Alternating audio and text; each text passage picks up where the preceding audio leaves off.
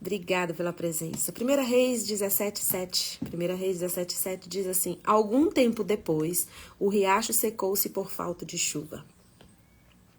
Algum tempo depois, o riacho secou-se por falta de chuva. Esse riacho que está falando aqui em 1 Reis 17:7 foi Deus que providenciou para o sustento do profeta Elias. Porque o profeta Elias, ele profetizou seca, né, em todo o país, e aí ele saiu daquele lugar, Deus mandou ele sair daquele lugar, que ele ia providenciar o sustento dele em outro lugar. E aí, quem for ler 1 Reis 17 vai ver que os corvos traziam no bico o alimento para Elias e tinha um riacho que ele tinha ali como sustento naquele tempo. Mas chegou um momento que o riacho secou. E aí, o que vai fazer agora que o riacho secou? Aí você fala, Fernanda, esses dias você estava falando, você fez uma live falando que Jesus é uma fonte que não seca, que não esgota. Aí agora você vai ler aqui e falando que a fonte secou, né? Mas é isso que eu acho incrível, incrível. Como Deus é habilidoso, como Deus é estratégico. Deus não permite nada na sua vida sem sentido. Deus não vai tirar nada da sua vida ou fazer secar alguma fonte sem nenhum propósito. Por mais que você faça assim, Fernando, esse negócio de propósito, esses coaches, esse povo, tudo falando de propósito, eu não quero propósito. Deixa eu só te falar uma coisa.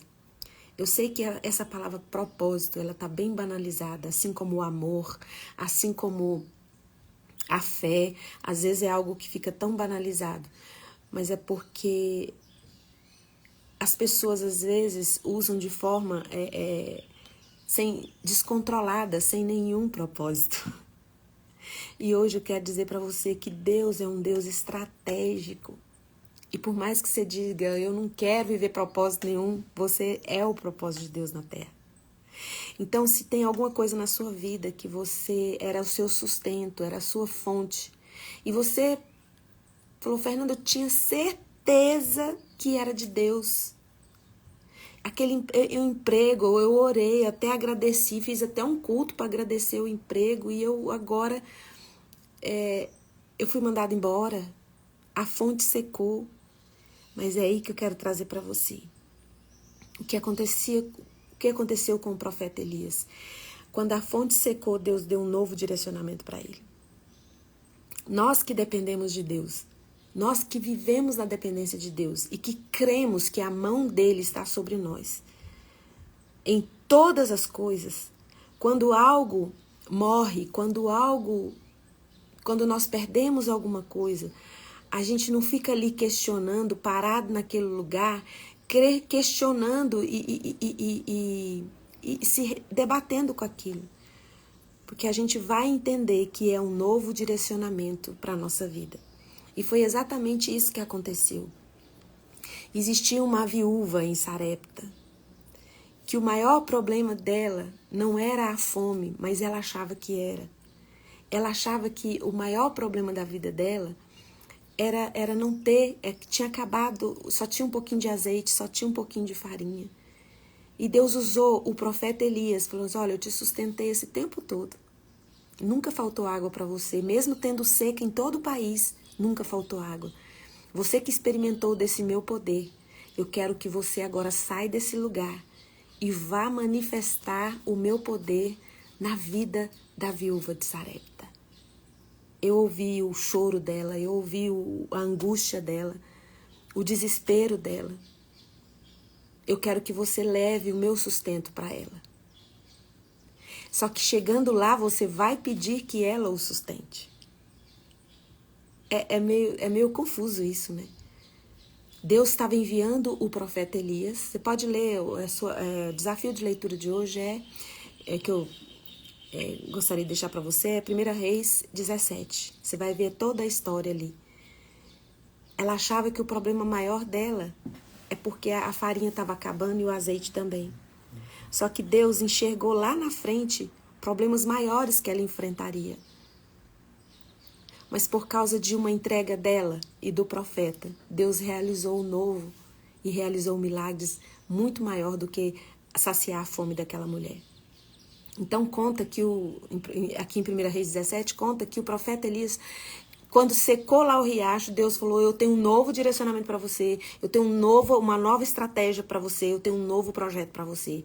E o projeto que eu tenho para você é que você vá lá na casa dessa viúva e peça que ela te dê sustento. E foi isso que ele fez. Chegando lá, ele viu a viúva e falou assim: me dê água. E ela, enxergando que ele era um homem de Deus, falou assim: vou pegar água. Mas quando ele falou assim: mas ó, aproveita que você vai pegar água para mim, me traz uma comida, me traz um pão. Ela ia pegar a água e ela voltou. Ela falou assim: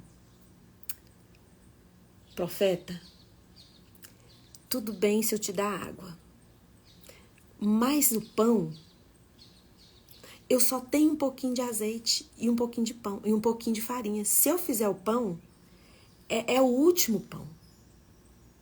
E eu tava pensando de fazer para mim e pro meu filho, depois a gente vai morrer, porque a gente não tem o que comer. Aí o profeta falou assim: olha, o Deus que me trouxe aqui mandou eu vir aqui e disse que você me daria sustento. Faça o pão e dê primeiro a mim. E a farinha, o azeite da botija e a farinha da lata lá, nunca mais vai faltar na tua casa. E ela teve um ato de fé muito grande. Ela fez o pão, deu primeiro para o profeta. Quando ela retornou lá a vasilha, viu que ainda tinha azeite e ainda tinha farinha. Eu não sei o que aconteceu na sua vida, eu não sei o que você está enfrentando nesse momento. Eu só queria te dizer que Deus está pronto para fazer um milagre na sua vida com o que você tem nas mãos. Às vezes você está num lugar onde você acha que todas as suas fontes, que tudo aquilo que você tanto sonhou, tanto projetou, e você até falou assim: foi Deus que me deu, e de repente secou essa fonte. Deus tem novas estratégias, Deus tem um novo rumo para você. E Ele não vai usar nada fora do que você tem nas mãos. Deus vai usar o que você tem nas mãos, o que você conseguiu até aqui, para fazer um milagre na sua vida. E se você continuar lendo o capítulo 17 de 1 Reis, você vai ver que a fome daquela mulher foi saciada, do filho. E lá no versículo 16 fala: a farinha não se acabou e jamais faltou o azeite puro na botija. E aconteceu exatamente como Deus disse através do profeta. Só que o problema maior daquela mulher não era a fome física. O problema maior daquela mulher era uma fome espiritual. E Deus sabia que o filho dela não iria morrer de fome. Deus sabia disso e enviou o profeta ali para que a fome daquela mulher do espírito fosse saciada. Porque passado ali alguns dias que aconteceu esse milagre da farinha e do azeite, o filho dela ficou gravemente doente e morreu. E aí ela ficou assim: como assim, profeta? O que eu fiz? O que foi que eu fiz? Eu fiz algum mal para você? Por que Deus está me castigando? Por que Deus está me punindo? E o profeta falou: calma. Deus tem uma nova estratégia e Ele me trouxe aqui. Não foi para você me alimentar, foi para que você fosse alimentada na sua fé. E fala que o profeta, ele deitou sobre o menino 3 vezes e o menino voltou à vida. Ele teve uma doença muito grave. E aí, a mulher, lá no versículo 24 de 1 Reis 17, fala assim: agora eu entendi. Agora sim eu consigo enxergar que Deus enviou você aqui. Então Deus, Ele pode na sua vida, na sua história, ter secado alguma fonte. A mão de Deus mesmo tirou alguma fonte de você. Mas é porque Ele tem um novo rumo, Ele tem uma nova estratégia, Ele quer que você saia desse lugar. Ele quer que você, assim, as pessoas gostam muito de falar isso, né? Que você vá para um próximo nível de fé. A fé daquela mulher, ela foi alimentada quando teve o milagre ali do azeite e da farinha. Mas a fé dela foi consolidada de entender que Deus tinha mandado o profeta ali para salvar o filho dela. Porque o desespero maior daquela mulher, o maior medo daquela mulher era de perder um filho. Mãe é assim, né? Mãe vive com medo, né? A gente tem medo de morrer antes do filho, tem medo de que o filho morra antes da gente, tem medo que o filho se machuque, tem medo. E aquela mulher tinha um medo muito grande, uma insegurança muito grande com relação ao filho.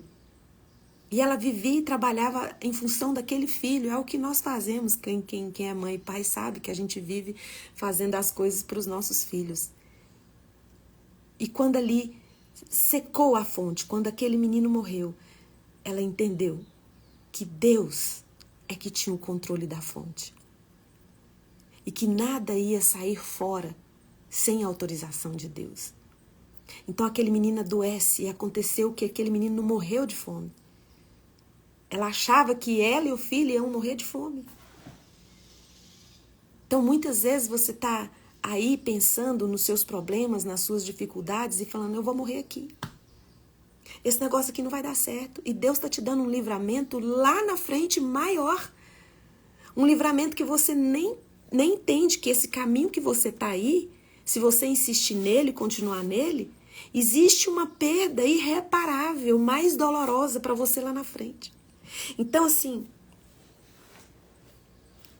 quando secam as fontes, quando seca o seu suprimento, que você é para você continuar a confiar no Deus que te deu essa fonte, no Deus que te deu essa oportunidade. Se secou, se parou, se perdeu, isso vai ficar para trás. E as coisas que ficam para trás é porque você continuou em frente, seguiu em frente. Parar, ficar reclamando e ficar perguntando por que, Deus? Isso é injusto, isso é injusto, isso é injusto.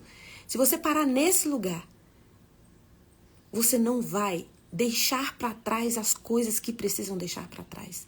Você não deixa ir as coisas que precisam ir. Sabe o que Paulo fala do passado? Das coisas que ficaram para trás, porque ele seguiu em frente? Lá em Filipenses 3, de 8 a 14. Tem uma hora que Paulo fala assim, olha, as coisas do passado, o que aconteceu, eu considero como esterco. Esterco pode ser visto de muitas formas. Pode ser visto como lixo, pode ser visto como algo desprezível, mal cheiroso, mas na mão de Deus, na mão de um bom agricultor, de um excelente agricultor, o esterco ele serve de adubo para vir o novo. Eu não sei da onde, por que Paulo considerou o passado como esterco. Por que ele disse isso? Mas na minha cabeça, pensando assim, eu pensei, o passado é esterco. O passado é o lugar que você tem que visitar para agradecer a Deus todos os livramentos e todo o sustento que ele te deu naquele tempo. E essa gratidão que você tem que ter no seu coração vai fazer com que você seja adubado com tudo isso que aconteceu e se torne forte e se torne produtivo para o novo que Deus tem para a sua vida. E Filipenses 3, de 8 a 14. Paulo fala isso, olha, tudo que eu perdi, tudo que passou, eu considero como esterco. Eu olho para trás para agradecer, mas eu me desembaraço desse tempo que eu considerei que foi muito bom na minha vida, que foi maravilhoso na minha vida, eu me desembaraço disso. Porque muitas vezes nós nos embaraçamos e ficamos presos, não é só ao abuso lá atrás, não é só ao trauma. Nós nos embaraçamos e ficamos presos nas coisas boas que nós vivemos. Sim, as coisas certas. Isso nos impede. Paulo falou, olha, eu considero esterco. Vai lá adubar meu futuro. Porque eu não vou ficar parado aqui. Porque se a sua fonte secou, se o projeto falhou, Deus quer que você tome um novo direcionamento. Deus não quer que você continue nesse caminho que você está. Esse caminho que você está, você foi alimentado, você foi sustentado, mas tem algo maior, tem um livramento maior na frente. Então, se você for ler lá Filipenses 3, ali depois do capítulo 8, fala assim, olha, e eu vou me desembaraçar de tudo de todo peso, porque eu vou seguir para o alvo. O meu alvo é Cristo, sabe? E na direção de Jesus Cristo, você tem todo o sustento que você precisa. A farinha não vai se acabar. O azeite puro não vai faltar. E Deus vai usar o que você tem nas mãos para que você viva o outro nível, a outra bênção que Deus tem para você. Já deu. Já virou esterco que você viveu. Vai viver o novo de Deus. Abra seu coração. Deixa o Espírito Santo de Deus falar com você. 1 Reis 17:7. Algum tempo depois, o riacho secou-se por falta de chuva. Deus reteve a chuva, secou o riacho, para que o profeta Elias vivesse coisas novas, um direcionamento novo, mudar e fazer diferença na vida de uma viúva, de uma cidade inteira. Depois você vai ler a história de Elias, você vai ver que ele mesmo perdeu a fé e ficou ali preso no passado. Mas Deus tirou ele da caverna, tirou ele da depressão, tirou ele dos lugares escuros, porque ele era um homem de Deus. Você é um homem de Deus, você é uma mulher de Deus. E em nome de Jesus, o Cristo de Nazaré, olha o que você tem nas mãos, o que restou na sua mão, que Deus vai fazer o grande milagre por você. Sim, Rosane, vou orar por você. Coloca a mão no coração e eu vou orar por vocês, em nome de Jesus. Pai, em nome de Jesus, eu quero agradecer ao Senhor, porque o Senhor faz secar fontes, faz morrer sonhos, morrer projetos, para derramar na nossa vida coisas novas, grandes e ocultas que não sabemos. Por isso nós estamos diante do Senhor, pedindo que o Senhor nos mova na direção de correr para o alvo que o Senhor tem para nós. Nos ajude a olhar o que sobrou nas mãos e permitir que o Senhor faça milagres com isso. Em nome de Jesus, eu coloco a Rosane na tua presença. Eu não sei o que ela está passando, não sei qual é a angústia, qual é a aflição do coração dela. Mas o Senhor, o Espírito Santo, conhece a Rosana desde o ventre da mãe dela. Sabe quantos dias ela tem. Então, Pai, em nome de Jesus, abrace tua serva neste momento e a faça sentir a tua presença, tirando todo o peso, toda a angústia, toda a aflição, todo o medo. Em nome de Jesus, que ela receba nesta manhã cura nas suas emoções. Que ela seja curada, que todas as prisões que a seguram num passado que o Senhor já destruiu para que ela vivesse coisas novas, sejam quebradas essas correntes para que ela seja livre para viver uma nova vida, novos sonhos, novos projetos em Ti. E agora, na autoridade que o Espírito Santo de Deus me dá por causa do sangue de Jesus derramado na cruz do Calvário, eu ministro cura sobre a sua vida, livramento sobre você, em nome de Jesus Cristo de Nazaré, que você seja curado no seu corpo e na sua alma, no seu coração, em nome de Jesus. Amém. Um beijo e até amanhã, 6h30. Tchau, tchau. Janete, Deus abençoe vocês aí, viu? Tô orando aqui. Deus vai fazer mais coisas, grandes coisas aí com vocês. Um cheiro, gente. Tchau, tchau.